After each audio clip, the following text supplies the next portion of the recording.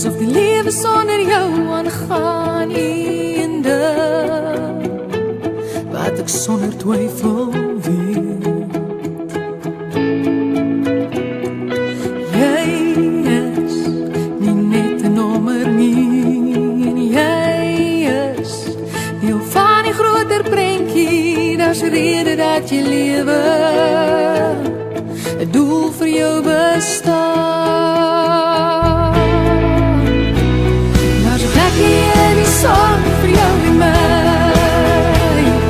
'n plekkie elkeen het 'n doel gekry. Al voel jy soos 'n sandkorreltjie klein wat in die grootste duin verdwyn. Jy vat my die hoogste hoogte se, die in die arend en die ander in die wind. Ons almal is maar sandkorreltjies klein, maar saam is ons die mooiste ding.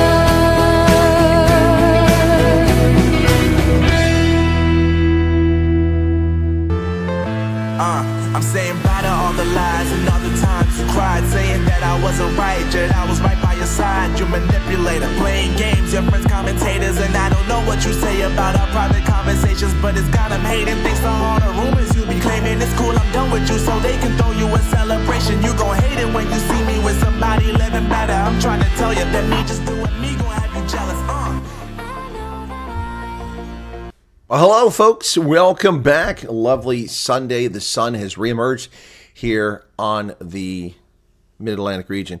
Boy, I had a little problem there, a little skin problem there. It's been built up for a few days. I put a little medicine on this morning, and boy, it cleared up in just a matter of hours. Welcome back to the program. It's Sunday, October 6th, 2024. Big day for South African URC teams, United Rugby Championship, all 4-1. 2 on the road, 2 at home. A couple of really good games, a couple of games that were okay. Sharks kept us all in suspense to the very end. But last night, it was time for me to go through the Wayback machine. I have something that I've had for a very long time, and I had a few problems with it. One of the USB ports broke and went inside, and the case came a little bit apart on the other side. I was able to fix the case by putting some tape over it and held together, but I haven't used it in a long time. And last night, I said, well, I better fire this up and take a look at it. And so, hey, Johnny Pingo, how's it going?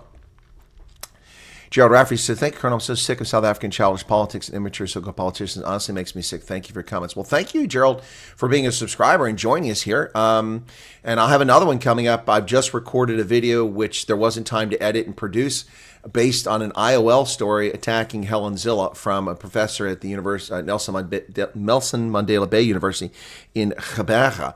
I have made a video analyzing his article and honestly just tearing it apart. It wasn't my intention, but I mean, there's just silly things. I mean, like the gentleman said the ANC won a majority in the 2024 elections. It didn't win a majority. It won a plurality. The guy's a political science professor. You think you know that. Anyway, hey, stick with me for a second here. I'll say hi to everybody. Then I want to get into a little Wayback Machine time. You ready for this? Keith Alderson is here with John Jarvis, Pablo Charlie. Hendo is back. Teresa. Monterey Seabritz. Yeah, folks, if you're a moderator, please be a little more active when you're moderating. Don't be afraid. People don't see who's taking down their stuff if they've misbehaved. But Hendo is a bit overworked. Erica tries, but she's got some challenges, and we're really low on moderators. So if we can get some other people to be interested in being moderators. I know Arctic is a moderator, but he doesn't moderate much. That's not an attack, just a statement of fact. But if you want to be a moderator, I have a one-page agreement. You have to agree to it, and you have to not take offense if I override your moderation. It is my program, and I am responsible for it, so I try to keep it safe and healthy. And usually I'm over-generous, so my moderators are more strict than I am. Alan Kutz is here, loading Monday. Sedgefield's back. There's Dylan. Hey, Dylan. Dylan's always around. Good fellow there. Clive Streak is back once again. There's Erica. I was just talking about Erica. Johnny Pingo. Hey, Johnny. John Jarvis, hello, quarterback. Live in Nelson Mandela Bay, please, please, please. Oh, you I don't understand. You love or you leave? I don't understand. And Dylan doesn't take fences. Okay, ready for the Wayback Machine? All right, I used to carry this around airports. This thing weighs like 14 pounds. This is a laptop. You can't really see the size of it until now. Pablo Charlie, not quite yet, buddy. You got to behave better before I can make you a moderator. But thank you for the offer. So this is the cabling that comes with it. Now I got to tell you something. I used this a lot when I was stationed in Germany. I haven't been stationed in Germany since 2013. I left Germany in 2013, so it's been 11 years. And what I did is I got myself a long cord because the wall mains were so far from where I set my laptop up. I bought a long cord, but I needed the German mains, right? So that's what I needed. That's a German plug. So this thing here is like, it's taller than me. It's like 10 feet long. So it's 3-meter cord plus the part that comes out of there. So I could go all the way across. I also use this in hotels. So the problem now is that I don't live in Germany. So where's the original power cord at? I'm like, oh crap, I can't find the power cord. And this takes a thick one. This is a huge freaking power supply. This thing itself weighs over a pound, half a kg. So this takes a huge cord. I mean, these are heavy resistance in here. So I couldn't just put any power cord in. But this German one still works. So last night I had to scramble and find myself an adapter. So I did find this adapter, which goes to the US plug versus the German. You can see the size difference from Europe and the US there. It's one place where Europe is bigger than us in their plugs. So that just plugs in here, and it worked perfectly fine. Oh, you live in Nelson Mandela Bay. Thank you, Gerald. Okay. So check this out. Check this out. This is my laptop. This was an amazing laptop, probably one of the best I ever had, but only has 8 gig of RAM. It has an i7 Pentium chip in it already. I don't know when I bought this thing, but it was like 15 years ago or something like that. And I look at the date, and I could look at the hard drive on it, but I didn't do that last night. I was too busy trying to get back into it. I couldn't get the password right. It took me a while to figure that out last night. So anyway, so check this out, how big the screen is. Look at that screen. That is half my arm length. Look at that. Huge laptop with a premium sound system in it. It had a GeForce card already in here. NVIDIA, early days NVIDIA. Yeah. I found a Sir Ramaphosa's iPad. Yeah. This bad boy is huge. This is one of the best ones ever. Anyway, I got it up and fired up last time. I mean, look how big that is. Look, that's a laptop. That is gargantuan. It's a 19-inch, if I'm not mistaken, screen on there. Whew. And it's why it takes so much power. But it only has 8 gig of RAM and has an i7 chip in it. Anyway, so last night was, it was Wayback Machine time. Take me way back to when this was. The last time I was using this computer consistently was 2014, I think it was. So a decade ago. I used to have everything. I used to hang on to everything, folks. I had my original Diamond Rio MP3 player, the first one ever produced. I had my iOmega. Remember iOmega for external storage? Those disc, man. I had all the iOmega drives. I had all that stuff. Yeah, and then it's just technology changes all the time. But man, this thing is huge. Look at this. I'm struggling to get it out of my way. Oh, hope that doesn't cause a crack in the floor. It's so heavy. Man, oh man, I just thought I'd share that with you. That was last night's experience. So I went through it, and I'm like taking Skype off of it. I'm taking Safari off of it, Garmin software, all kinds of things. And I took all the antivirus. I took all of the spyware, anti-spyware crap off there because I was having trouble with the Windows Explorer. And when I got rid of all that, suddenly it worked perfectly fine again. Must have deleted about 30 gigabytes of data on there last night. Wow. That's an HP. Yeah, it's an HP. And it works. Hey, Devet says you're a good man. Well, thank you, Devet. Appreciate that. Bye-bye, donkey. So, yeah, it works. It didn't blow up. I was waiting for that smell from the battery. Can you imagine the battery? Now, I charged it last night. It says it's fully charged. But, you know, an old battery, I could unplug it and maybe it's not. It might not be, the black, well, maybe I belong in a museum. Yeah, well, look, you think that's something. I got more. Wait, if you saw the PCs, the old PCs I got around here, that one's not there anymore. The one I used to broadcast back in 2020 is no longer here. That's stored in the basement now. But I have another one upstairs and that's even older generation than that one. Yeah. Oh, my goodness. Anyway, so is Arc Precision here? Yes, and Sedgefield. All right. So I just thought I'd share that with you guys, a little bit lighter-hearted stuff on a Sunday. And you're wondering why I'm starting early? It's because that guy from Nelson Mandela Bay, that pretender to the throne over there, who claims he made me, is stealing my audience. And I guess I don't do Stary Stumpy and stripper chats, so I can't really attract the audience that young man gets over there, the former MP. So I just decided, no, seriously, it's Sunday. Often on Sundays, if I do a broadcast, it's a little bit early, and today it's a little bit early because I've got other things to do. Anyway, got a piece of hair hanging down there, not playing nice. Leah Menard's back. Hey, Leah, how's it going? My basement is a museum. I have a book published in 1867 down there. I think I have like an encyclopedia from 1867. Jimmy Hoffa's in my basement. Amelia Earhart's in my basement. Who doesn't have legs like mine, Dylan? Oh, Ronaldo. Oh, Ronaldo's been rearrested because he lied to the Tooth Fairy. Okay, well, I never knew he was arrested in the first place, but thanks for sharing that.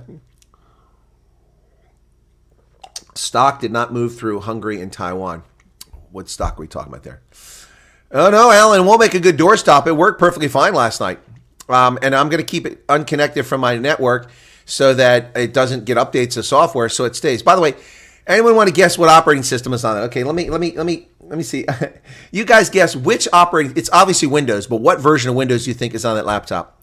Anyone want to take a guess? Which version of Windows is on there? Of course, you got Windows 3.51, we've got Windows 3.11, we've got Windows NT, Windows 2000, Windows 95, Windows 98, Windows XP, Windows 10, 11. What do you think's on there? Okay, we got 95, 8, okay, OS 2.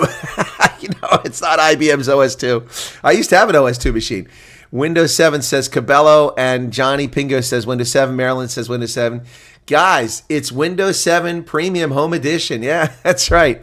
Any dead bodies from there? It's a few people down there. I already said, we got a few folks down there. Amelia Earhart and oh my goodness, yeah. So Windows 7 is the version that's on there, and it works. It works. Fired up. Once I took all the bloatware, the McAfee, the Norton, the crap off of there, I took off the active client, which I had to use to sign into military websites, which I don't have to do anymore. So I'm not in the Army anymore. We took that crap off because I couldn't get into websites without the active client and my CAT card. That's the identification card. It has a little chip on it down here. This is a contract one, which expires end of November. But anyway, so without this, I couldn't do it. So anyway, hey, Sue Walsh, how's it going? Yeah, it shows up on your diagnostic. What shows up on the diagnostic? What's going on there? Some good guesses there, folks, except for Garrett's OS2 guess. Oh, no. Going through my basement's like going through a museum. If you saw all the cool stuff I have, mementos and such. Yeah, that's pretty cool. But anyway, I'm surrounded here in this studio by a knife handmade for me, which I really am grateful for, which I had to leave behind in South Africa at Justin's place for one trip. I collected it on the next trip. Also have, of course, a teddy bear made for me back there. Then the wine satchel over there from the Sightlanders, very kind of them. And then I've got this great Gemsbach walking stick over here. There's the teddy bear over there that was given to me. It was made for me right there. There you go. Here she is, or he is. Yeah, lots of lovely gifts. It's very kind of people. I really appreciate it. Please don't stab. Well, look, Dylan, very easy to stab yourself with this knife. This thing is very dangerous. It's very sharp. Poor Amelia. I believe she and her plane were found. Well, there's claims that they were captured by the Japanese. There's all kinds of stories about Amelia Earhart. Very odd what happened to Amelia Earhart, but she disappeared. Plane disappearances and ship disappearances are not uncommon. I saw a video somebody sent to me of a boat going down in Lake, what was it, Kivu? One of the lakes. Anyway, wow, overladen ferry, way too many people. And this thing, you see people trying to get to one side of the ship and hold it up. It's just impossible. It's too late, folks. That was crazy. I haven't shown the video because, I don't know, it's not gory. Nobody dies. Maybe people did die, but you don't see people dying. You see people trying to swim after the ship goes down. That's crazy. That's crazy. Yeah, those are African taxis. See another hurricane, Milton, to be headed for Florida yet again by midweek. Wow. Well, Sue, it's not unusual and it's not unbelievable. We do get lots of those storms, and some seasons are stronger than others. But, of course, it's all chalked up to climate change. That's right, ladies and gentlemen. If you're not on board, get on the climate change train. Woo! All aboard! Climate change!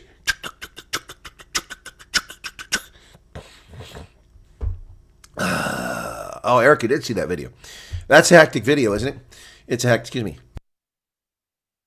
For those of you who don't know, I did cover live last night Donald Trump's appearance in Butler, Pennsylvania, the site where they tried to murder him. They tried to lie about him, disgrace him, impeach him, charge him, convict him, bankrupt him, say all kinds of evil things. And the media blitz is full on, folks. I'm going to mention that a little bit today. It's including global media, talking about how Donald Trump is unfit for office. Donald Trump is evil. Donald Trump will destroy the world. When in fact, Donald Trump is the only president in living memory that brought peace and stability to the world. Donald Trump brought prosperity to America, and people want to lie about his record. People know I'm not a MAGA person, but I am definitely a person who's voting for Donald Trump. The New York Times runs this ridiculous story, but even South African newspapers, City Press runs this story, and they're welcome to their opinions. Contrary to the hate wankers, yes, Ronaldo, I did coin that term. Contrary to the hate wankers who rock up, I didn't coin that term, who rock up and attack my videos and my commentary when I appear on Biz News or some other site, or I publish a video. Who is this American? Who are you? Why are you talking about Africa? What are you about? Oh, you got deal with your own problems. Excuse me? There's an op-ed today from a South African castigating Donald Trump, and it's frankly none of her damn business. But it is her prerogative to say what she likes. The problem is that she's just a fool and doesn't know what she's talking about. Yeah. Anyway, Dylan says, now those folks are powerless, Dylan. Collecting a few extra books covering history here in UK. Our factual history is being replaced by fiction. Yeah, no, it definitely is happening. Iran cancels all flights across the country. Woo, Pablo Charlie. That's Windows 10 support ending October next year, so I suppose I'll be forced. Well, I can't. Not without some modification to my motherboard or something taken off of it. I can't run Windows 11. There's something limiting. I tried to go in there and it says I can't do it. So I'm still in Windows 10. I've gone to Windows 11 on my laptop, but that laptop is like crawling along. It's not because of Windows 11. It was crawling along before Windows 11. My main laptop I use. I'm just going to have to figure out what's going on with the thing. It's time for a new laptop, folks. But do I get a new laptop or do I take a trip to Europe or Africa? Which is it? Which do I do? New laptop? I don't have to have the laptop. It used to be a time I had to have the laptop because I was always traveling for business in the Army, and I needed it a lot. But these days, I do need the laptop to do some things. So, I don't know. I have to think about it. Sue watched my coverage. It was great as always. Thank you, Sue. I appreciate that. But over on @RealChrisWyatt, I did cover that last night. So you're welcome to go watch it. Elon Musk came on stage. Yep, I got a copyright claim from some Spanish company claiming that it's proud to be an American is their copyright. It's not. It's Lee Greenwood's copyright. And while I was broadcasting, I kept getting a warning. We've detected audio in your video that belongs to someone else. And then I looked at it afterwards, and it's some Latin American thing. I'm like, no, that's not your music, buddy. That's not your music. Oh, my goodness. Elon's self-intro. Yeah, the dark side of MAGA. That was pretty funny, I said, Shit. I like that too. So, yeah, it's there. If you want to watch it, give me a little support over there. Let me go over there and see how that's doing, actually. I'm just curious before we get into any news here. We've got a little bit of time. Right Side Broadcasting is covering Trump in Wisconsin, but he's not there right now. They start early and get tons of views and tons of money. Those guys make a lot of money. What I'm looking for here is @Real Chris. Oh, look, it doesn't even show up my search. There it is, finally. @Real Chris Wyatt. Okay.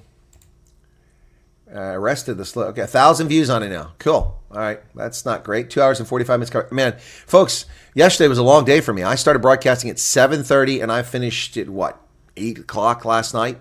13 hours of broadcasting, almost straight through. 4 rugby games, and then that live stream. Wow. Wow.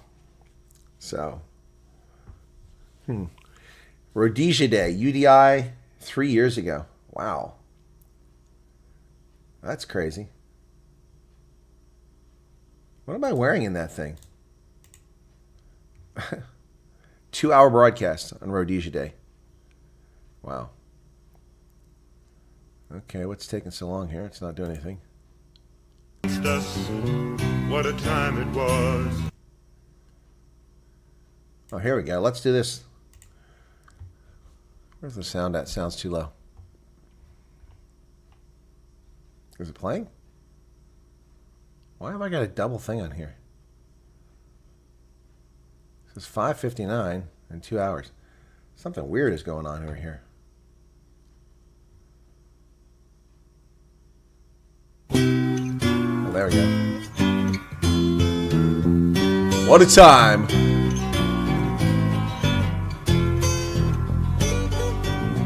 What a time it was, with so few friends to turn to. What a time it was, when all we did seemed wrong. We'd broken all our bonds, and the battle plan was drawn. What a time it was. 1965, the year of UDI. Who'd have thought the country would survive or stay alive? The UN made us outcasts, and the British said we couldn't last, that we would fall when the oil did not arrive.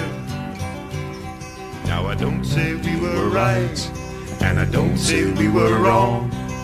I'm just trying to tell it like it was in simple song. You see, when people love their homeland, they regard it as their own land, and they fight whether they're right or they are wrong. What a time it was, with all the world against us. What a time it was, not all we did was wrong. We'd broken all our bonds, but life kept going on. What a time it was.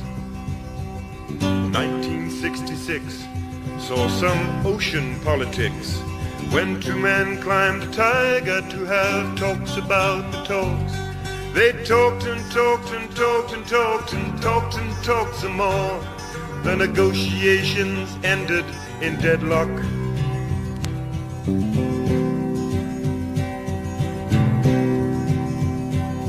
And in 1968, there was another great debate, this time aboard the Fearless, but the end was much the same. November saw a new flag raised while the people prayed for better days, and hope was still the surname of the game. And in 1970, our republic came to be. Solutions seemed to fly a little further out of reach. But the next year through the gloom came Sir Alec Douglas Hume. and it seemed they'd found a way across the breach. So in early 72, Lord Pearson, his retinue, arrived to put the nation to a test that they had planned. But still it seemed the plan was bad, no better than the last they'd had, and knows the word we heard across the land.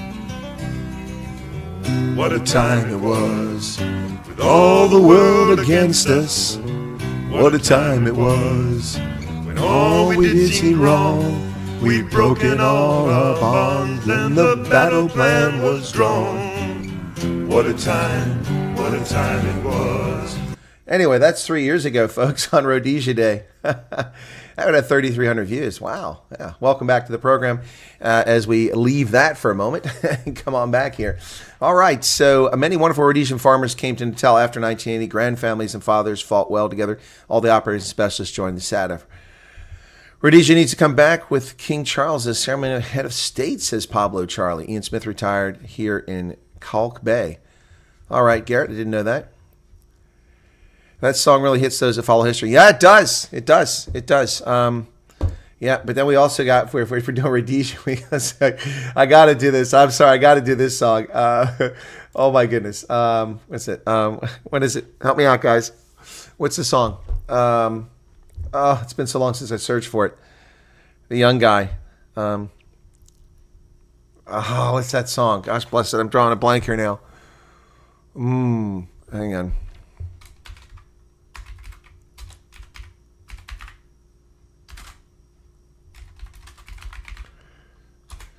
I'll find it here in a second.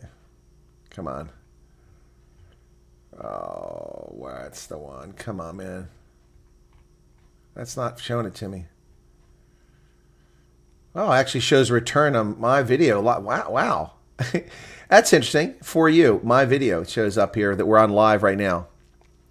David Scooby. That's what I'm thinking of. It just came to me. David Scooby.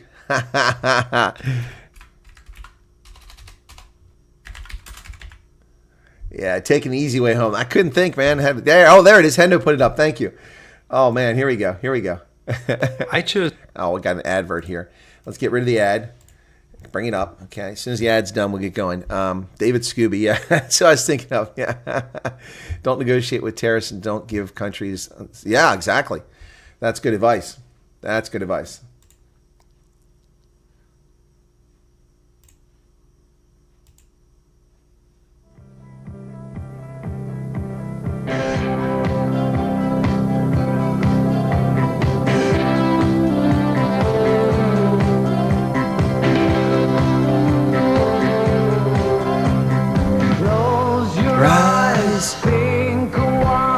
So 1970s, even though it came out in the 80s.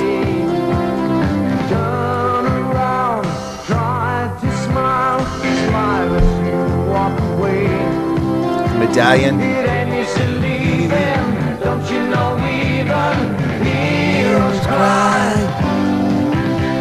I don't know the reason, I just know it ain't easy all the time. It's funny how we seem somehow strangers saying goodbye. Guess what we had is over now. Maybe we Here we go. Take an easy way home. I won't find it easy, and I know you're leaving will trouble me. But I got a feeling that maybe you really hurt more than me. I know it might sound vague, but really it's not that way.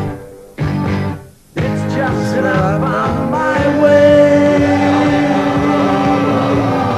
Taking the easy way home.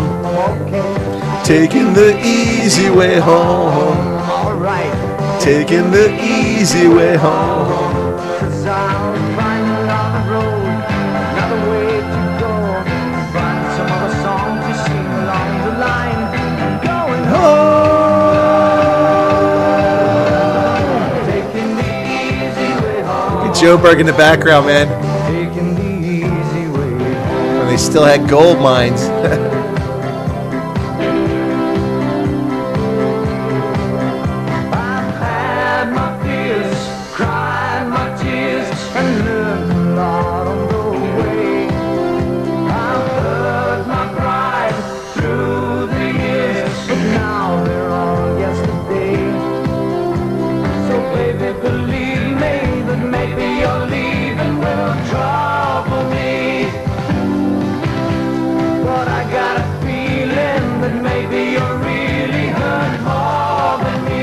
that shirt. I know it might sound Vain, but really it's not that way. It's just that I found my way. Taking the easy way home. Check out the trains that are working.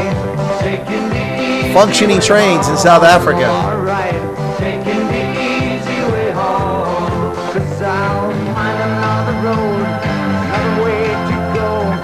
Yeah, he was like 17 when he recorded this. On the line, I'm Going I'm taking the easy way home. Taking the easy way home.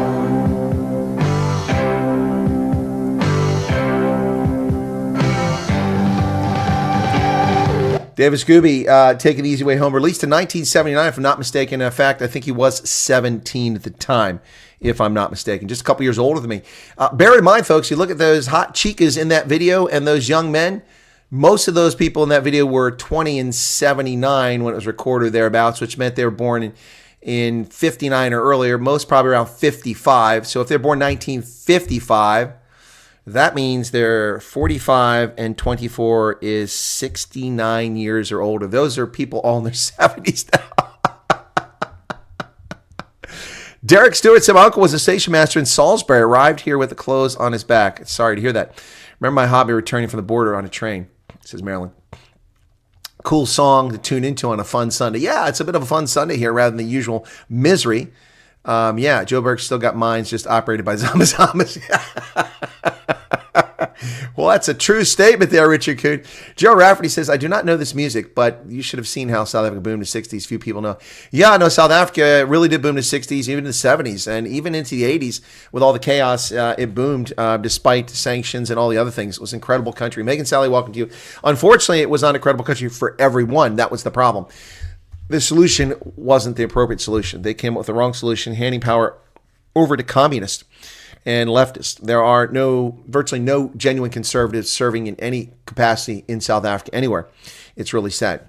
Anyway, so David Scooby, taking the easy way home. He only has 1,400 subscribers, but they published 14 years ago.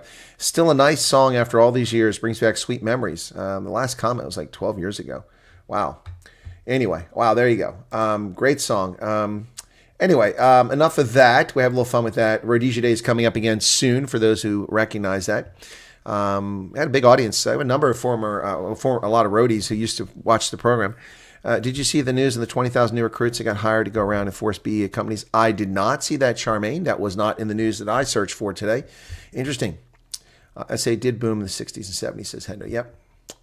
My uncle was a station master in Salisbury. That's interesting. Anyway, let's talk a little bit about the weather. We've already, not the weather, the news. We've already done some Wayback Machine with this 14-pound, 19-inch laptop that I got fired up and working last night. It still hasn't caught on fire. That's good news. But let's get to some of the news here.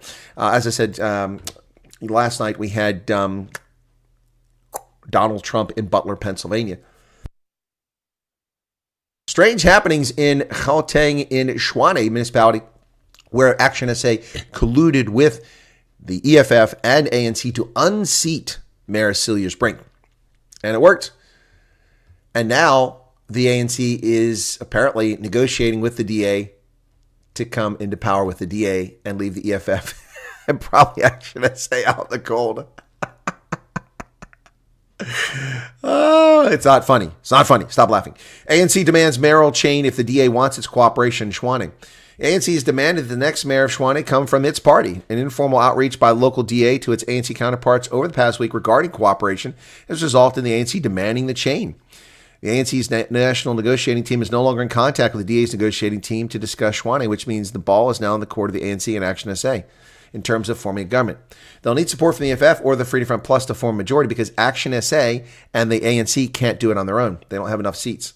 19 for Action SA and 75 for the ANC is insufficient to get to 108. So they need somebody. So, ladies and gentlemen, the country's capital will be paralyzed, much like Harrisburg, the first state capital in the United States history to file for bankruptcy. Yep. No power in Greenbush's Port Elizabeth since Friday. Oh, look, I didn't know that. Thank you for sharing that. Well, COSATU strike, is that going to happen tomorrow? They're talking about it. Heated fight over strike certificate. So they're arguing they don't have approval for the strike. COSATU is using a strike certificate authorizing strikes dating from 2017. How can that even be legal? Wow. Business Unity South Africa wants a legislative change that will put an expiry date on certificates. Agreed.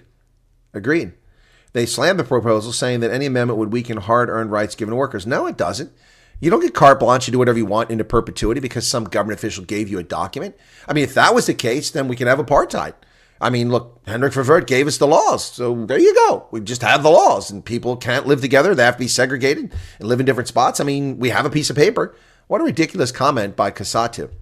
I praised them the other day and then criticized immediately. Now it's time to criticize me again. Carlos Butcher's back. Welcome to you.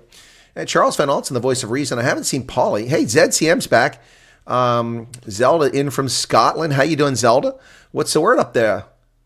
Scotland. Yeah, Scotland will be playing South Africa in November for the November Test Series. Tickets for that are scarce as hen's teeth. If you got a spare ticket, let me know. Give me one for that. Give me one for Wembley for England. I'll pay for it, as long as it's not one of those expensive ones. But yeah, tickets for that, and then I'll wing my way over for those tests and catch the Springboks and report on that and see how, if that'll really probably help my rugby channel grow. Yeah, I bet you it will. I do videos on that. I'm in at the test matches. That'd be incredible. Talking to people. That's what I should do. That'll really grow Rugby Ascendant. Actually make some coin off it, maybe, you think? Go to all three of those test matches. Wales, Scotland, and England. Yeah, boy. Anyway, back to the strike certificate. All right, so Gabe McKenzie's popularity apparently is growing by leaps and bounds, according to Davi Bunzire at City Press. Martin says, do you think Athol Trollop is proud? No, I can't speak for Athol Trollop, Martin, but I suspect that he's in a sticky wicket and really doesn't, well, I don't know if he knows. Look, he's a smart character. He's been in politics his entire adult life, which is nearly as long as I've been alive. And he's not a fool, but this crazy stuff going on with Herman Mashaba is just off the chart. Everything's all racial all the time. Where did that come from? Where is that pent up from? Or is it just politics? Derek Stewart's here. Welcome. Blanky Enkel. Tax-free for 5 years for investors. The New Republic, 50% half-bore staff compared with less than 10% employees exempt. Mines and other offerings, flat 10% business tax rate. I'm not sure what you're talking about. You're talking about Free Cape? Migrate to South Africa. We need people like you, says Gerald. Striking because of unemployment. Yeah, exactly. So basically, they're going to cost the few operation companies money and losses to fight unemployment. Yeah, putting more people out of work. There's Arctic. He burnt his DA bridge badly. He's stuck with ASA or unemployment. That's true, Arctic. That's true. If you're coming to the UK, make sure you cover the test matches properly and promote the channel. That's what I just said. Also, the other reason would be to do some meet and greets with people in the UK. Maybe the right Reverend Rawhide, Fleshin, we see again, Keith Alderson, Hendo. Fiona, I don't know what's going on with her. It's probably difficult for her to get around to me. Freedom Front Plus won't take him. Yeah, I don't think they will, Arctic. PA might take him.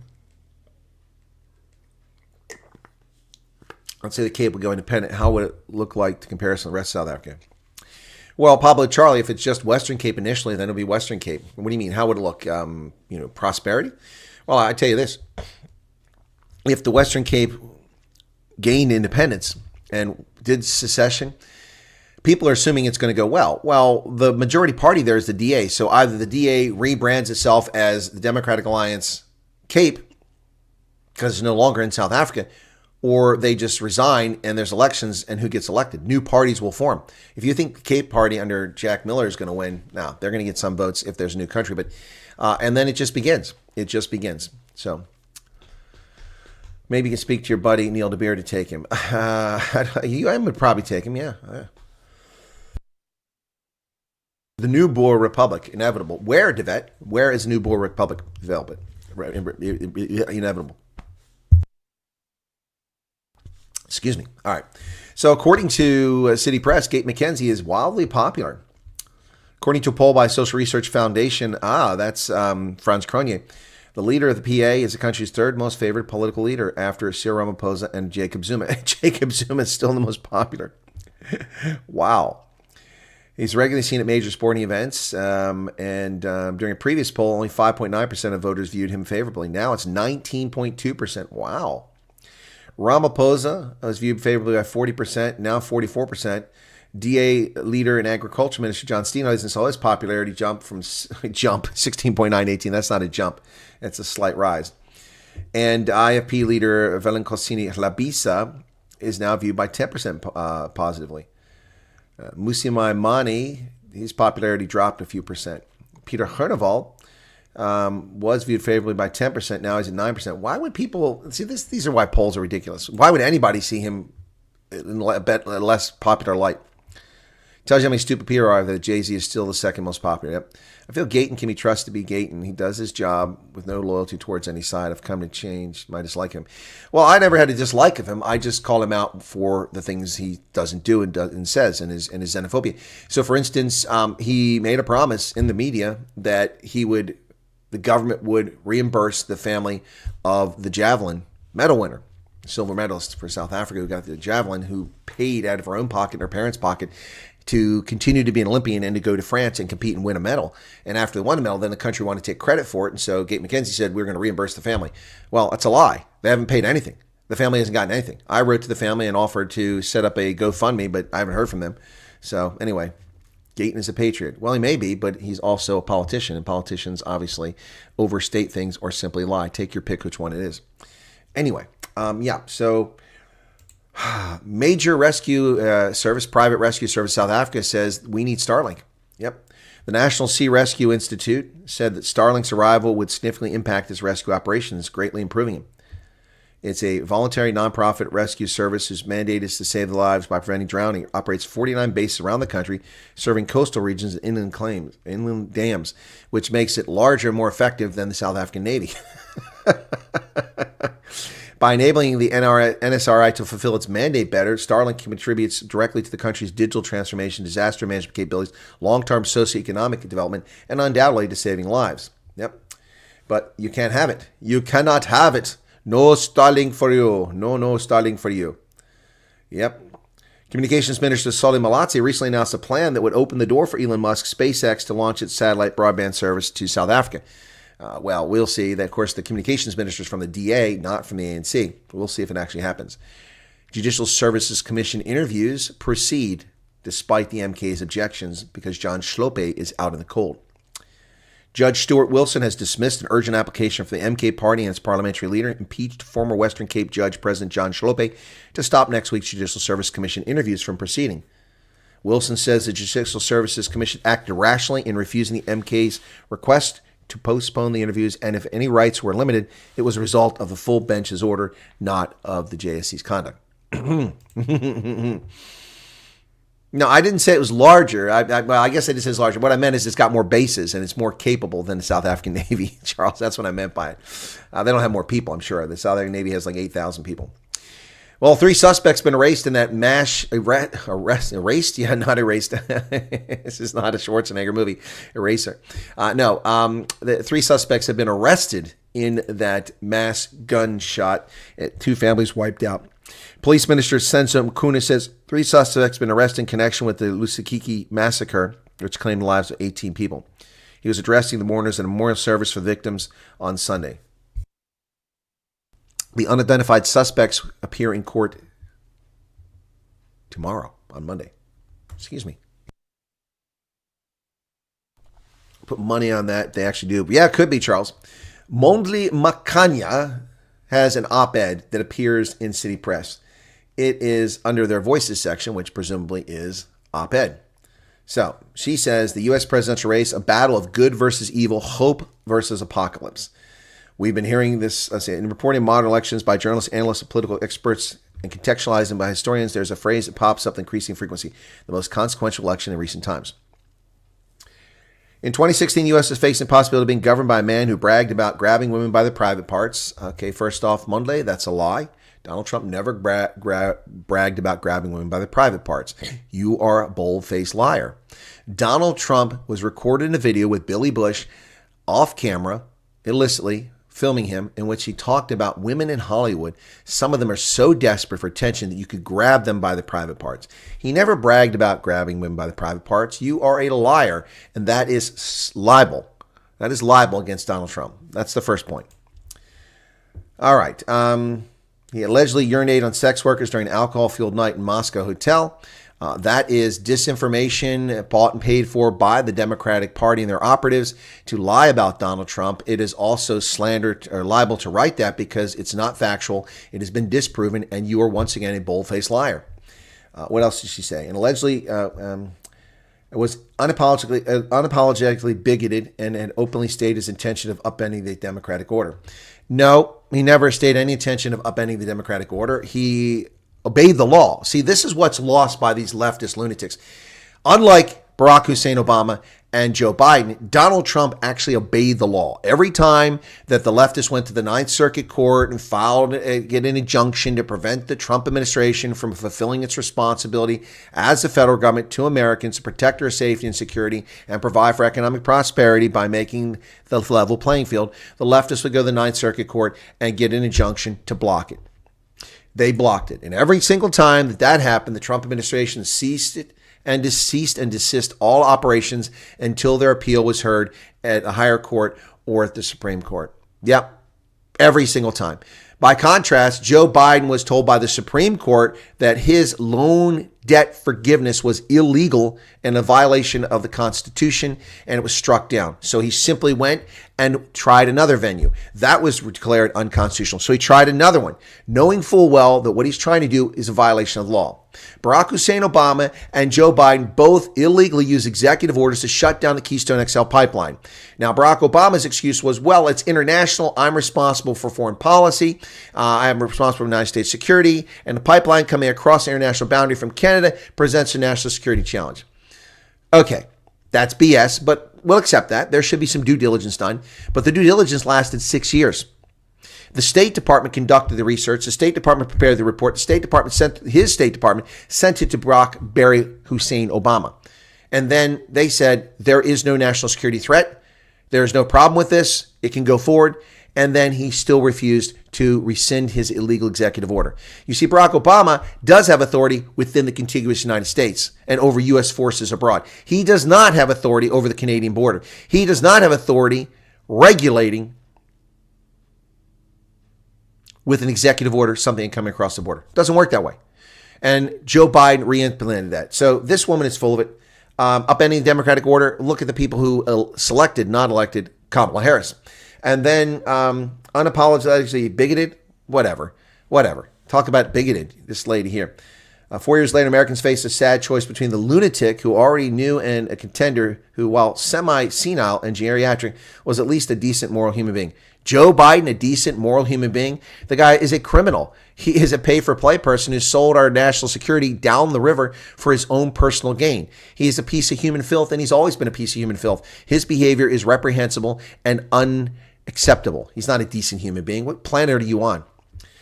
Now the misogynistic lunatic is back in the picture once more, campaigning for presidential election taking place 4 weeks from now.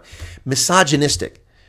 Donald Trump has done more for women and advanced women's rights than any civil rights leader out there. Name one. Name somebody from, what is it now, National Organization of Women Now? Give me one. Other than Gloria Steinem. Tell me who they are. Tell me who these leaders are and what they've achieved for women. In fact, the left is undermining women's rights, letting biological males play in sports,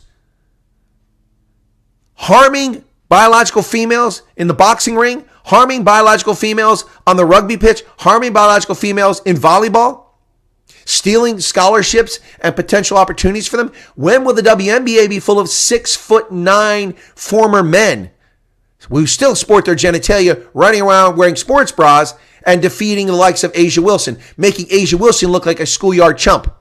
When will that happen? Not very far. Donald Trump has done more for women than any of these clowns. Kamala Harris has done nothing. The only thing she's done for women is give the example, if you lie on your back and open your legs, all good things will come to you. It's disgusting and it's vile. She undermined a Catholic charity which had been in operation for over 400 years before California became California, bringing relief to poor people, hungry people, people in need. And because an organization that was corrupt and related to her campaign wanted to no longer compete with that Catholic charity, she misused the office of the prosecutor to put them out of business in a lawsuit. Unbelievable. Kamala Harris, what have you done for women? Nothing. And you're calling him misogynistic. Ridiculous. When he lost the 2020 election, he incited a violent insurrection. What do you people are morons? I saw what happened there. No one incited that insurrection.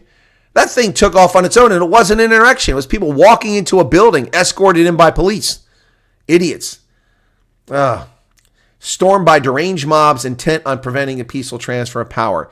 No doubt there were a few deranged people there, but most of them were in Congress in session. He's made dark threats about how he'll run the country if he returns to power, vowing to use instruments of the state to effect retribution of his political foes. And that somehow bothers you while you ignore the actual retribution against Donald Trump for having to deign to run against the establishment and what they've done to him since? I mean, the man is convicted of 34 non-existent crimes. Non-existent crimes. The New York court found him guilty under a jurisdiction that they don't possess.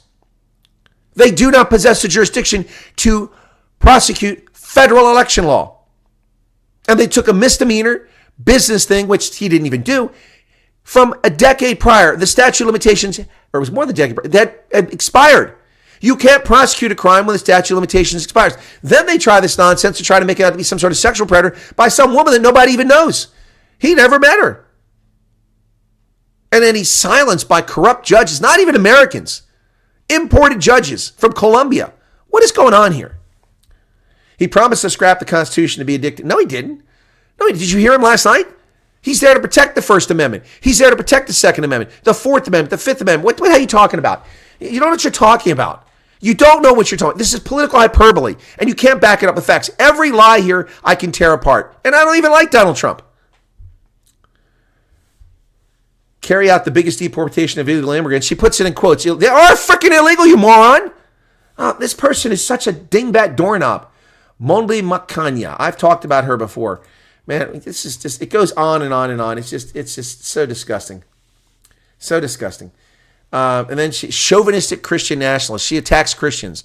What a piece of misandric piece of filth this woman is becoming. South African journalist. Oh, I'm sorry. I'm saying woman. It's man. That's the wrong one. I got the wrong person. It's Mondli. Yeah, Mondli. Yeah, no, I've talked about him before. So I said woman, so I misspoke. Yeah, he's an idiot. Sorry, I'm out of my moment here. U.S. president's evil. Yeah, using his position as the editor to run this op-ed. He's the editor. This is disgraceful. Absolutely disgraceful. Doesn't know what he's talking about. Kept saying she. I'm confused by gender. Yes, Bonlay is a man. That's correct. I misread it. I thought that there's a person from the U.S., originally from Southern Africa, who has a similar name. It's a woman. So I didn't realize which one it was. Okay. Global parrots on a stick. Yep. Yeah. What? So he goes back and talks about how she's a person. And we're going to talk about this in the media as we get further on. The New York Times writes a slavishly devoted article to Kamala Harris and saying she's the patriotic choice. Seriously. Hey, Grant Bernardo, how's it going? All right. 2 Gauteng businessmen are prosecuted for selling millions of unapproved face masks. Surprise, surprise. Michael and Mornay Stotson have been held personally liable for selling KN95 face masks that had to be destroyed by regulators. Wow, they sold the mask for $5 million without regulatory approval during the height. The judge found they couldn't keep their story straight about why they did not have a permit to sell the mask. So were the masks not safe? Oh, wait, that's a misleading headline. Unapproved masks, so they don't work?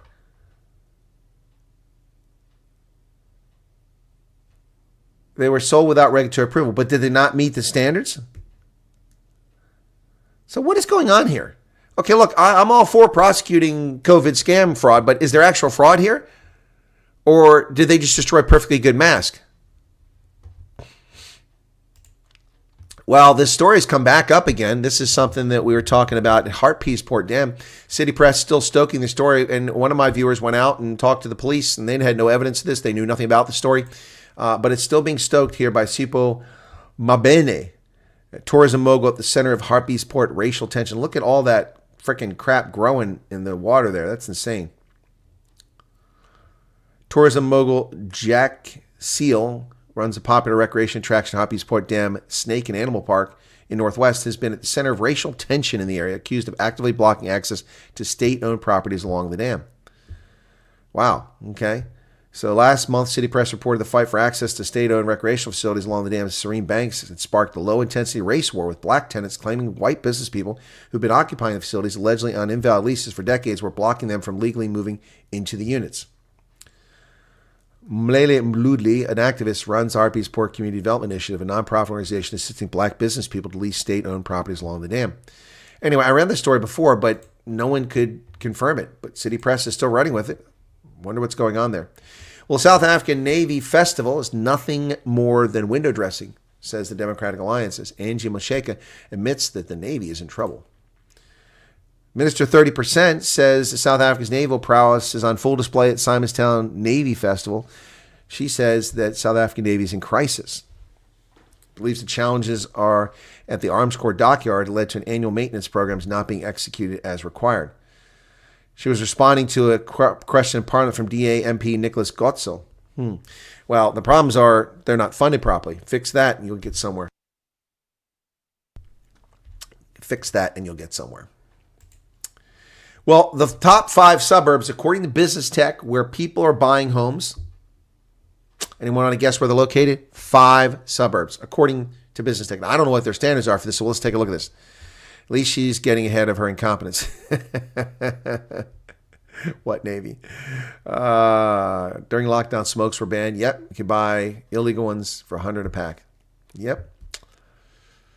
In Western Cape, says Hendo. All right, anyone else want to guess where these 5 suburbs where South Africans are buying homes? People are buying homes all over, but these must be where they're going very well. If Trump does not win, he might as well move to Zimbabwe. Well, I'd probably be better off in Zimbabwe. They need my money, at least in the short term. Only one guess, Western Cape. All right, here we go. Hello, Gus. All right, it's not the Western Cape. South Africa's high interest rates mean buyers, especially first-time buyers, are looking for affordability, which seems to be offered in Gauteng. Yeah, because there's a surplus of housing, because nobody wants to live there. 4 of the top 5 suburbs with the most units sold. Okay? According to Lightstone Property, the number of properties purchased by individuals 26 to 35 has dropped considerably in the past 6 years. Gauteng, the economic hub, remains a focal point for young middle-class homebuyers, primarily because it's affordable compared to other regions. So the top 5 are Randfontein, Heidelberg, Vereeniging, Alberton, and then Delft in the Western Cape. Wow. Alberton, that's a good question. Well, why Heidelberg? That's another good question. Anyway, yeah, so there you go. Folks fleeing from Gauteng. Well, let's turn our attention to rugby before we move on outside South Africa. The Lions just destroyed Edinburgh. Wow. 2 for 2, 10 points on the log, 2 bonus point victories for the Lions. What a start to the season. What an incredible start. The Lions emasculated a surprisingly tame Edinburgh, 55-21. It was 48-0 at the half, man. We were going crazy here. A record full house of points from their 2 outings. I don't know what the hell that's supposed to mean. That doesn't make any sense. Yeah, this is an incredible game. They were outscored 21-7 in the second half, but they had a 48-point lead, so that really didn't matter. The Bulls dominated Ulster at Loftus. What a great performance there. Very convincing win before they head off to Europe. 47-21, they dominated. Their scrums were incredible. Very dominant scrum on the day. Their Tri-Fest was conducted by Kurtley Arnsey, David Creel, Johan Gerbla, Kanan Moody, Cameron Hanneken, Bota Chamberlain, and Elric Lowe. Wow. As they fixed their scrumming problems from last week. The Sharks wait until after the Hooter and our blood pressure is spiked and we've had people having Herzinfarkt. They finally, after 10,000 phases, crash across the line and get a try to win and break the hearts of the Dragons. Look at that at Rodney Parade. Sharks secured their first win of the season as they were forced to come from behind to beat the Dragons at Rodney Parade. They ran out 33-30 winners, but they were down 22-12. The Dragons looked like they had this under control. In the dying moments, Fez Mbata forced his way over and scored after the Hooter to win the game for the Sharks. Ooh. And the Stormers righted the ship against Zebra. Boy, the Zebra who beat Munster last week wasn't the same team against the Stormers. Slow start to this game. The Stormers took the points on offer and kept kicking it over the tee. Eventually, at one point, it was 19-0. But then they kicked in an overdrive and scored a few more tries, winning 36-5. Wow. Yuri Matea had a brilliant game for them, as well as Leyland Zass. He was fantastic. Eswatini's top opposition leader from Pudemo, survives an attempted poisoning. People's United Democratic Movement, or Podemo, the major opposition party, said their president was nearly killed in an attack in Pretoria. Podemo announced that their 46-year-old leader, Mlungisi Makanya, has been hospitalized after a suspected poisoning in the early hours on September 24th. That sounds like a Zimbabwe way to get rid of people.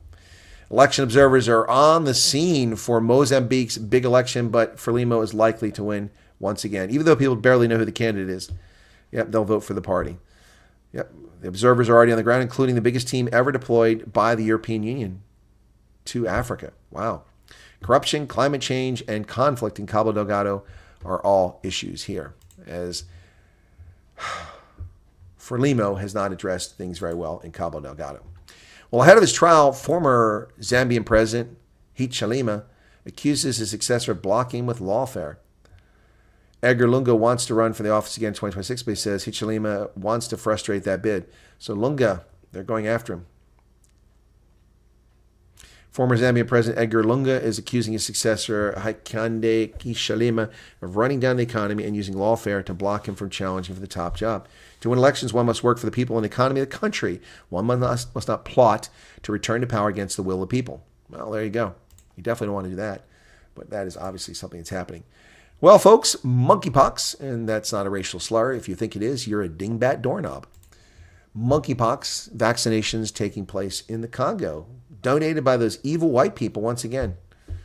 Congolese authorities on Saturday began vaccination against monkeypox 2 months after the outbreak that spread from Congo to several African countries. 265,000 doses were donated by the European Union and the United States. Those evil, evil white people. We paid for the development, we manufactured it at our expense, our cost, and then we graciously give it to Africans. But hey, we're just evil colonists and racists, according to these clowns. You would not need much to run a radio station. Yeah, you know, that's actually an idea, Devet. I should consider that. But getting a license is tricky. I'd have to talk to Venet Dutoit because they've got a radio station. That'd be great to have a radio station, you know, but we'd have to have power 24 hours a day. We'd have to run it 24 hours a day. And, it takes a little bit more than you think, Devet, but it's not that hard. Maybe I should come to South Africa and form Radio Free South Africa. Whoa! There we go. Radio Free South Africa.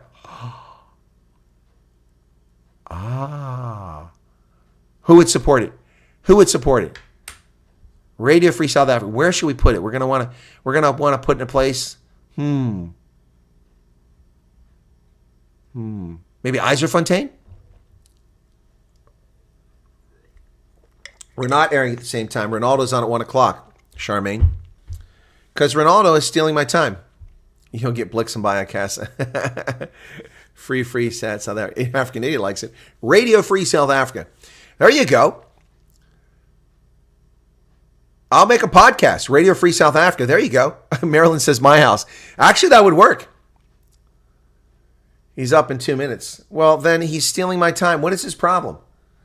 What is Ronaldo's problem? This is really starting to piss me off. I was just joking about it before. You're saying serious? No, you're messing with me. He's on at 1 o'clock. 1 p.m. He's not in 3 minutes. Stop being funny. I don't want a ham radio license. I want radio that people will tune into in their car. They're going to listen to ham radio. So Radio Free South Africa. I'm going to start it. That's it. I'm going to start a podcast. Radio Free South Africa. Oh, wow. In fact, I might even record my first episode today. What do you guys think? Is it possibly better to run an internet radio station these days? I don't know, Keith. Go to Pretoria so you can give it. Yeah, well, that's a good point, Arctic. If I was in Pretoria, it's easier to get the guest I want. RG is needing revenue. Yeah, he is, Marilyn. He is. Well, I need revenue. Well, Tunisia, folks, is voting for president today as dictator Kais Saied, who suspended parliament, runs for re-election after imprisoning his opponents. Tunisians voting today in a presidential election, both critics and experts say will be neither free or fair, a grim cap to the country's years-long struggle for political freedom began with the Arab Spring, which was started in Tunisia after a vendor self-immolated himself. Well, not much attention is paid to wars in Africa, says Ronnie Lamola at an African Union meeting. Well, here's my news to Ronnie Lamola. That's your fault.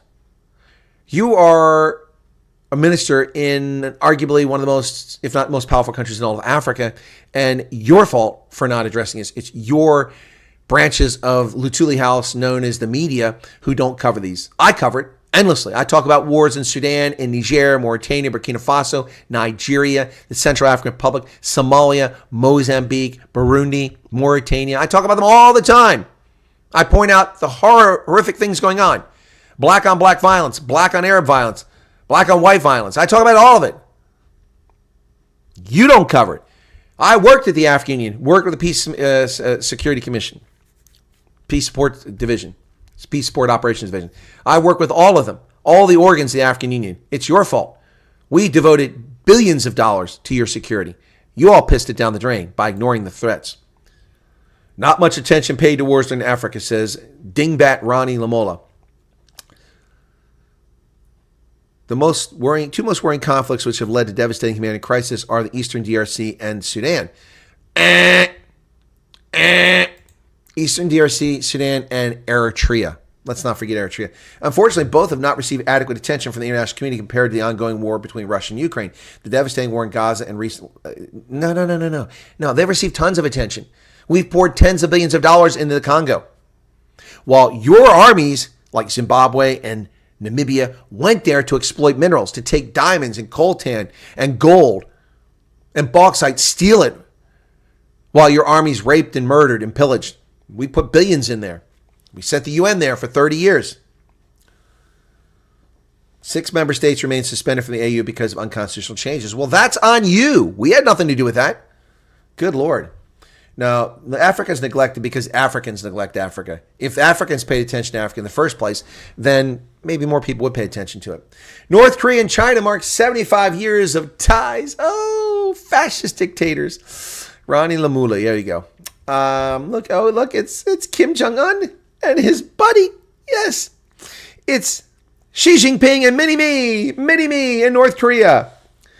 Leaders in North Korea and China marked the 75th anniversary of their diplomatic relations on Sunday by exchanging messages that expressed hopes for stronger ties.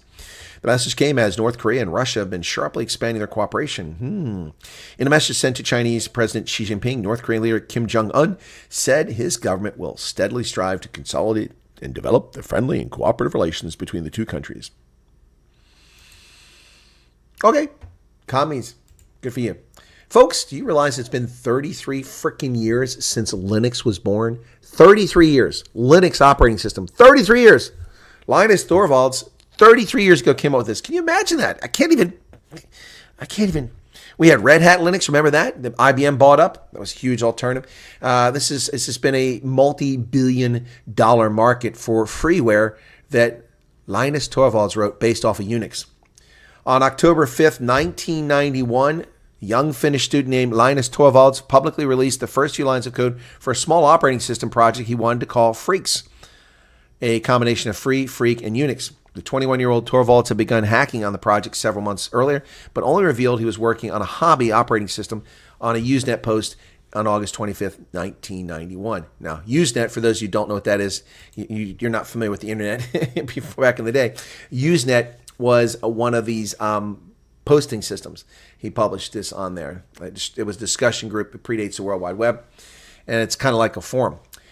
He says, I'm doing a free operating system, just a hobby, won't be big and professional like GNU, for 386 and 486 AT clones. Those are IBM. This has been brewing since April and is starting to get ready. So on 17 September, he released early code on it, and then he released version 0.02. But it was on October 5th when he finally put it out there. Wow.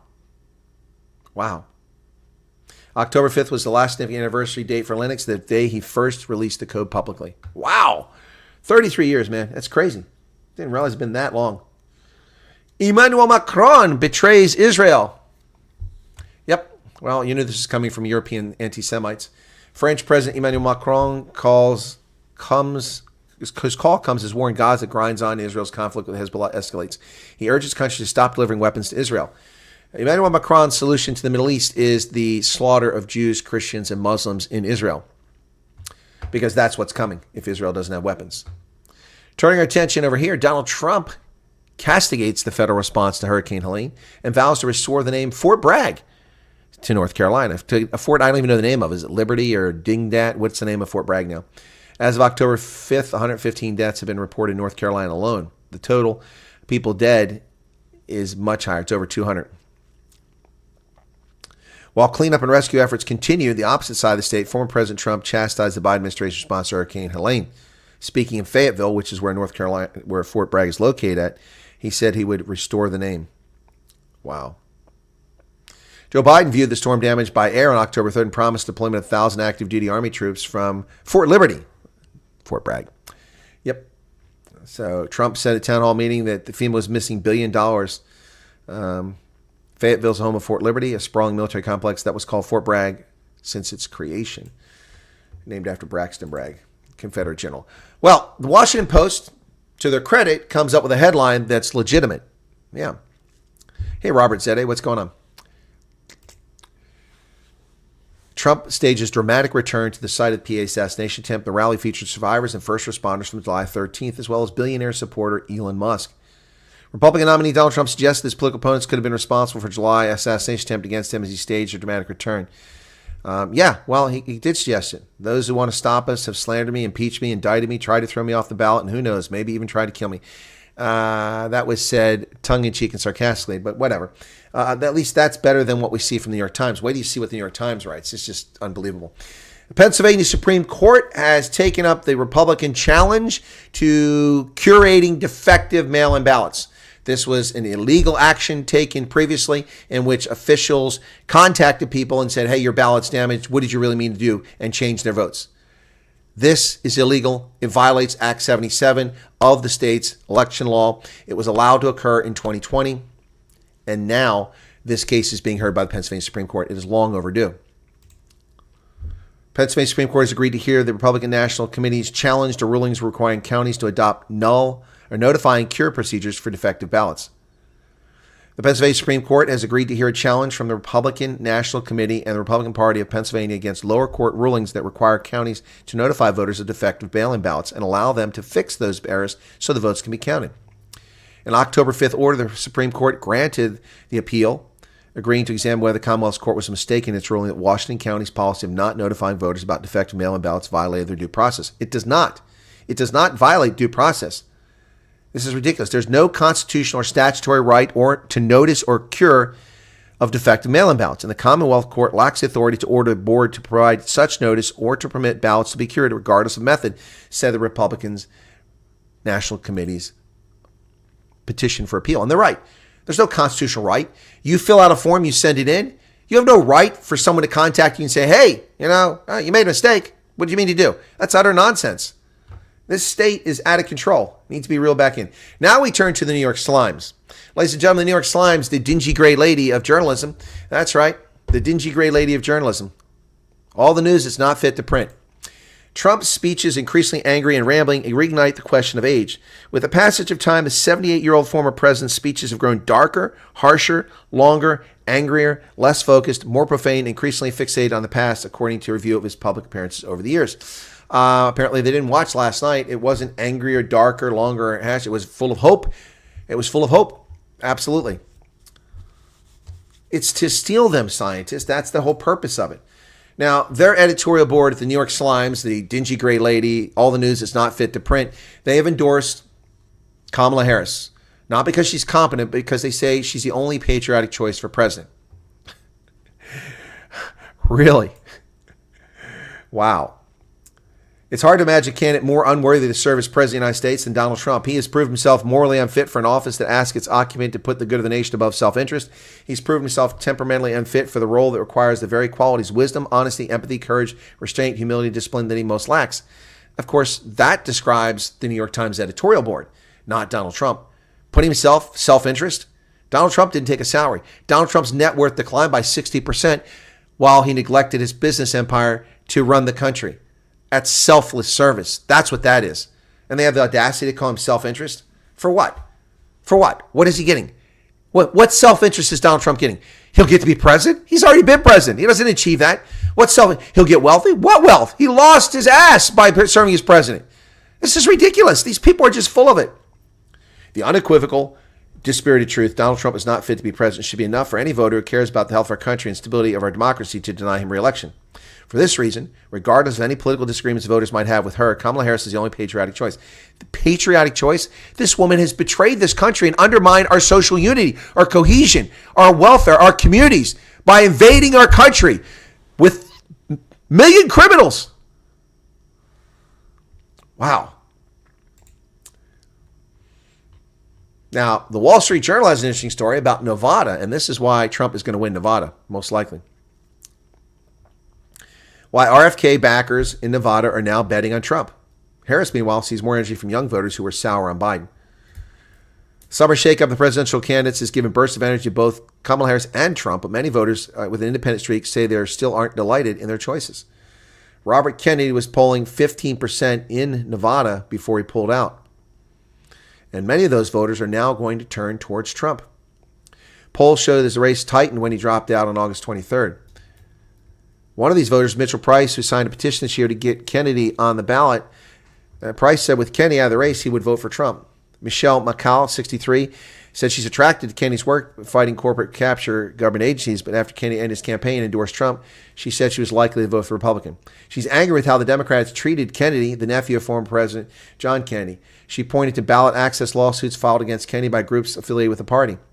I definitely will not vote for Harris, absolutely not, so it's either going to be Trump or no one. Wow.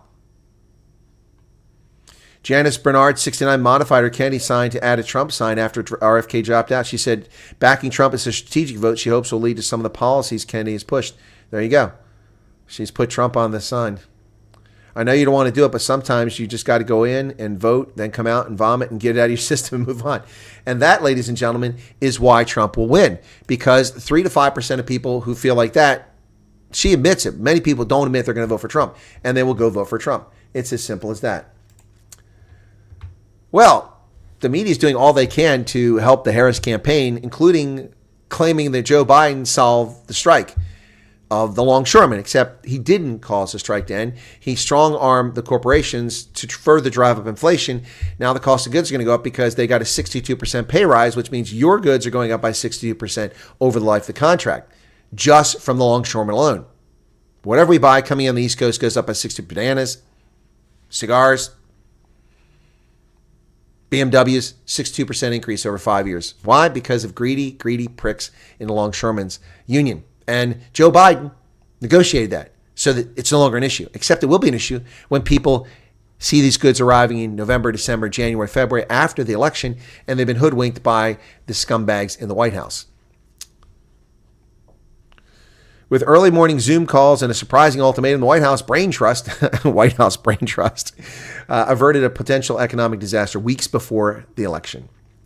It was a stark ultimatum delivered by President Biden's most senior aide.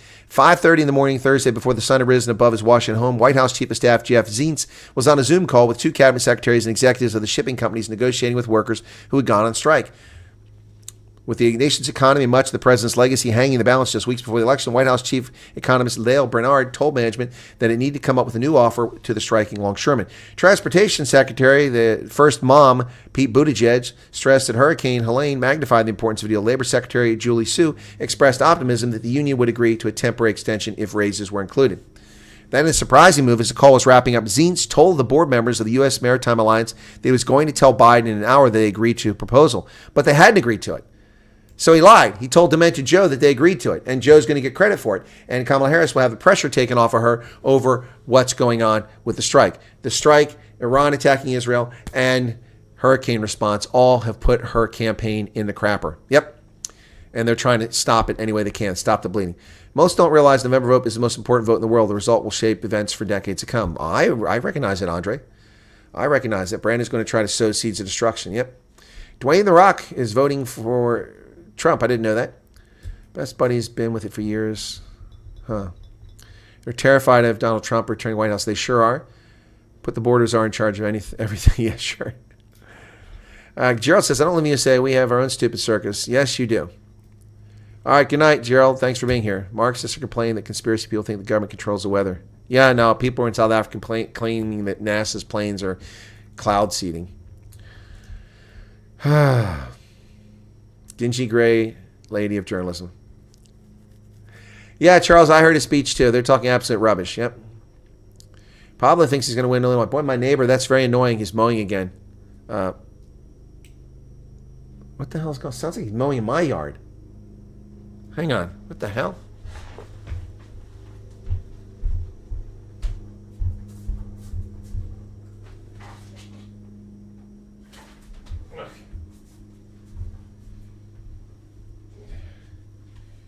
No, he's not mowing in my yard. Just very loud mower today. He's on the boundary of the property. Ugh. Arctic suddenly doesn't like Donald Trump. Says he looks tired. Doesn't matter. The other option is helpless. I'm deep behind enemy lines, Democratic state. I lie about politics constantly. It's hilarious to pretend to be a liberal, but so self-critical. Exactly. That's hilarious. You're right, Light Rain. That's what a lot of conservatives have to do in Oregon, Washington. Although if you're in Eastern Washington, you can be conservative. And California. There should be a big push to unravel her claimed heritage because she's a fraud. Yeah, they both. Well, we haven't had. Look, Debbie, I'll take a picture of my lawn out front. It's like this high, and it's luxurious green. It's the best green it's been all year. We've not had consistent rain. We had rain because of that hurricane for 10 straight days. I didn't see the sun for 10 days.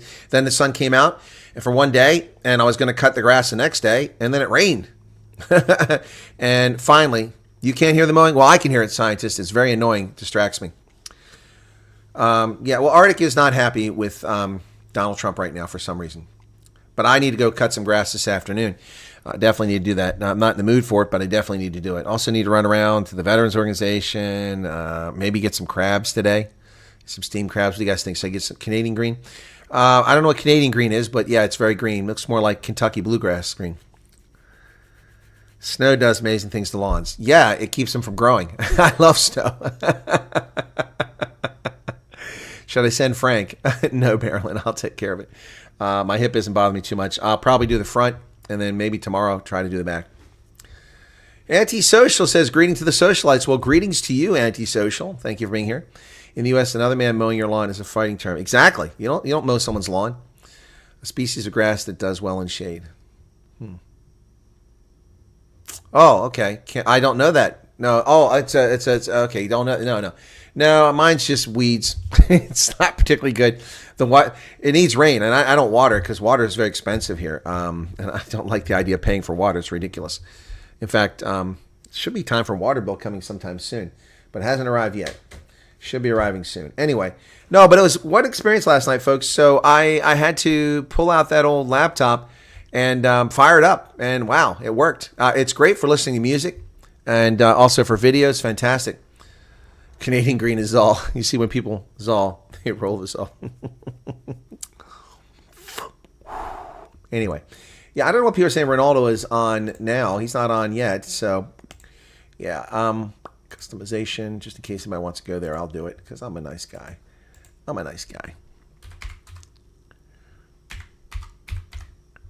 It's,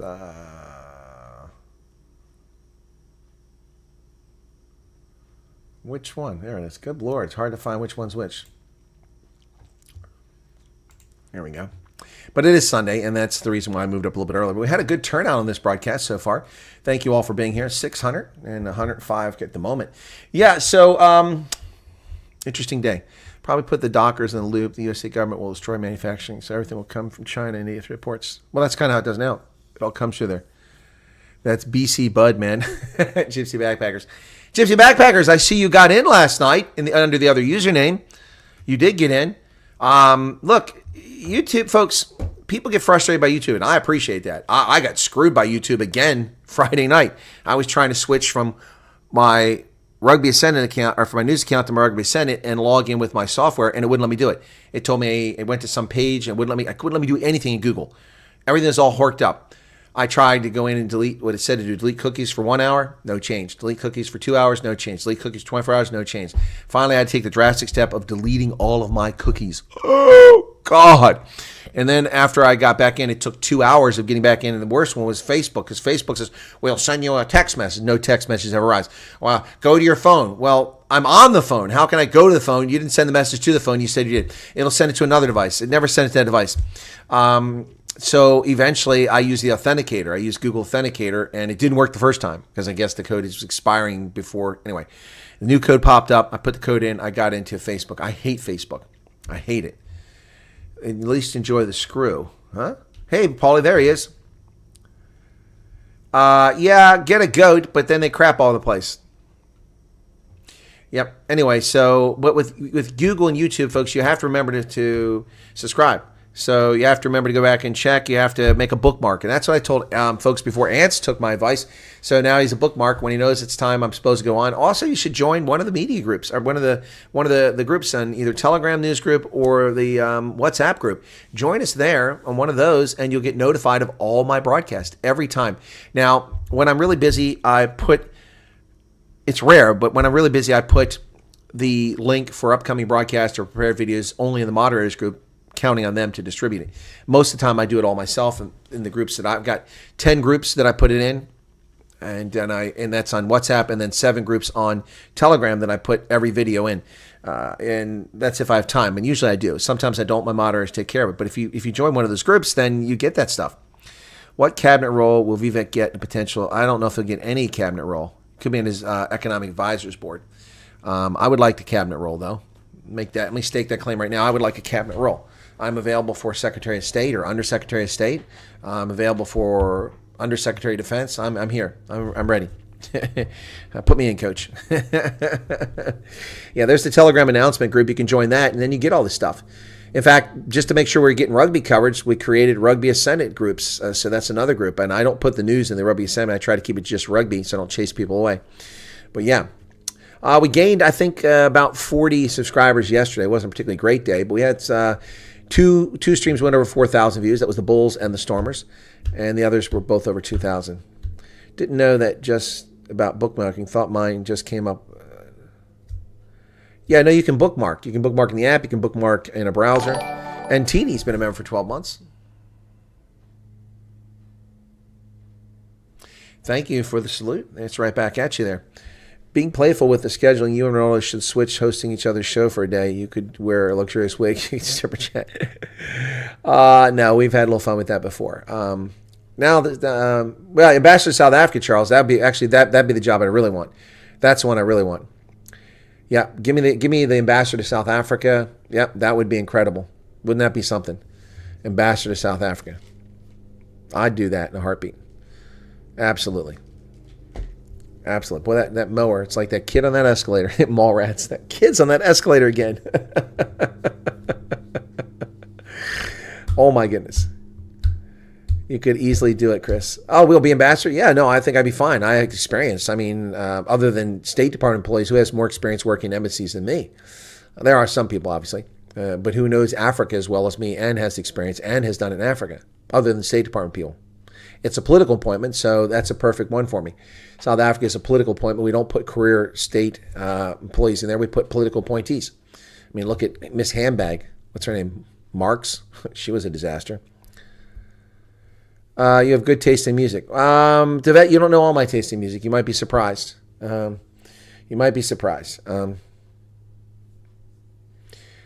wanted to be my envoy in Durban. Well, Charles, we do have a consulate in Durban. A consulate in Durban, one in Joburg, one in Pretoria, one in Cape Town. 4 consulates and an embassy. It's a big diplomatic presence in South Africa. We also have our trade hub. It used to be in Botswana. It's been moved to South Africa. Yeah, lots of stuff. Oh, the old roadie songs do it. Yeah, you know. Yeah, I like all kinds of stuff. I like all kinds of stuff. Beethoven, Handel. Handel's Water Music Suite is my favorite piece of music ever. I just love the Water Music Suite. It is incredible. Yep. Let me see if I can find it real quick. I love the Water Music Suite. Oh, Ronaldo's already started. Okay.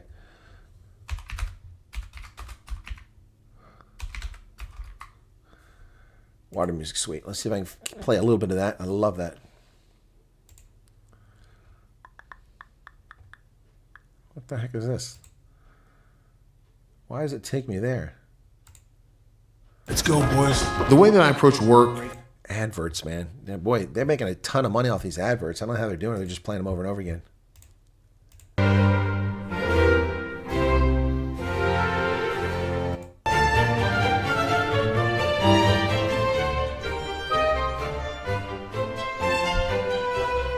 Now that's public domain music. Let me see, get a copyright claim on that.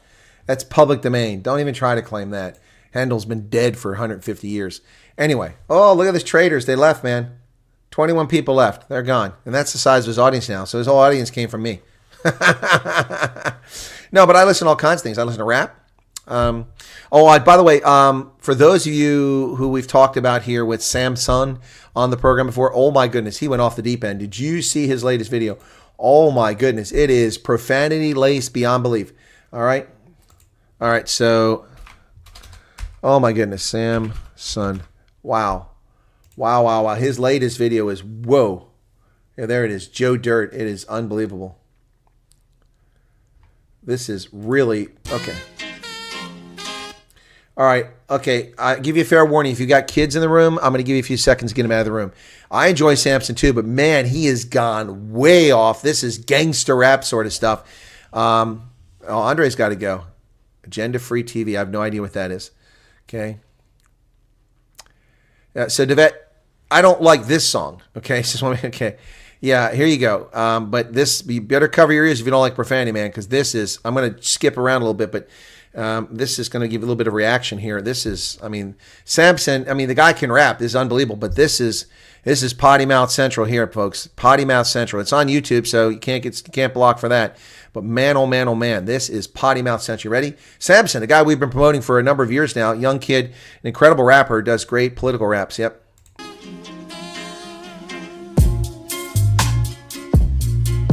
Big ass car, man. Look at that. He's doing all right for a young guy. That stupid mullet must be why. Driving on the correct side of the road. Notice that?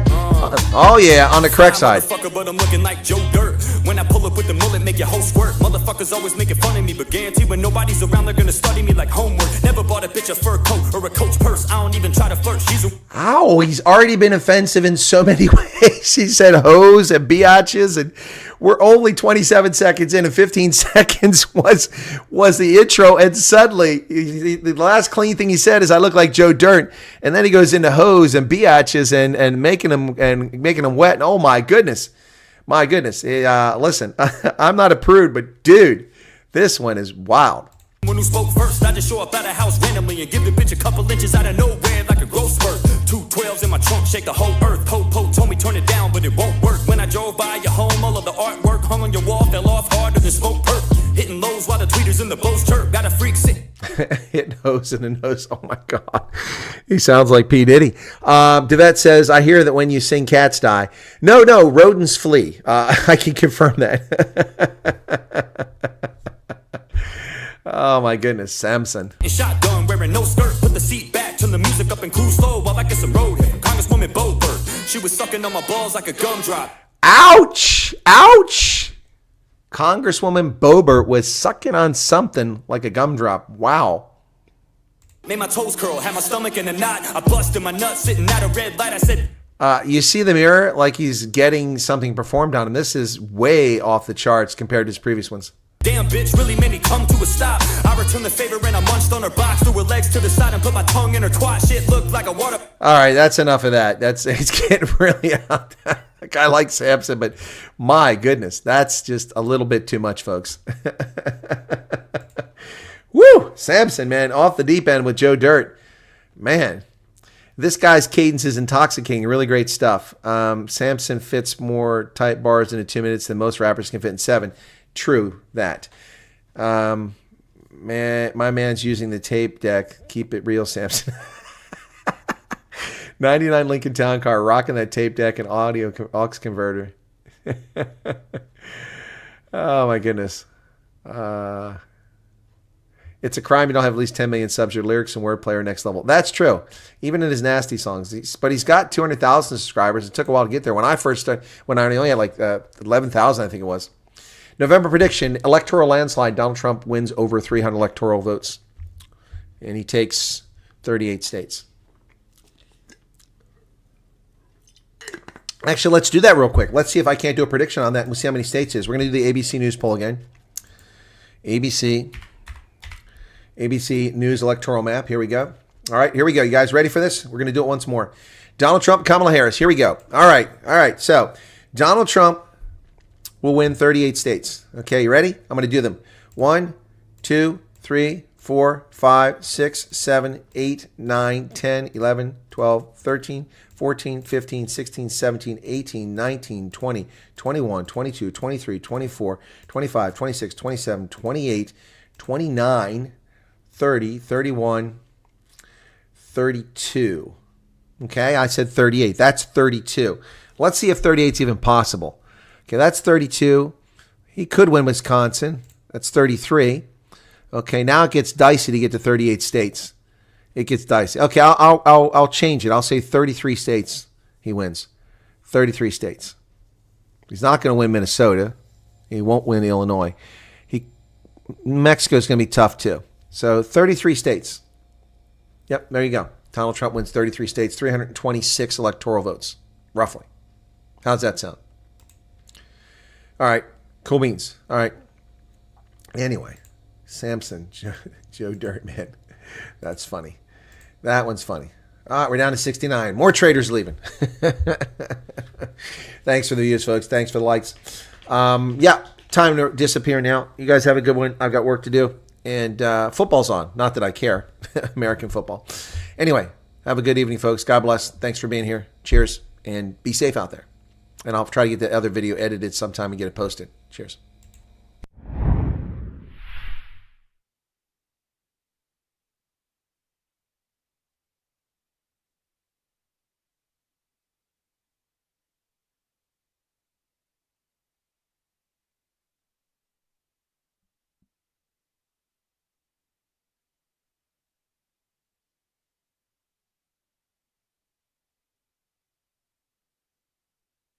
Dave McCormick was a hedge fund CEO. His other specialty? Outsourcing American jobs, sending Pennsylvania jobs to China. McCormick even taught other CEOs how to do the same thing. Dave McCormick, outsourcing jobs out for himself. With Google Workspace, you can create a Gmail account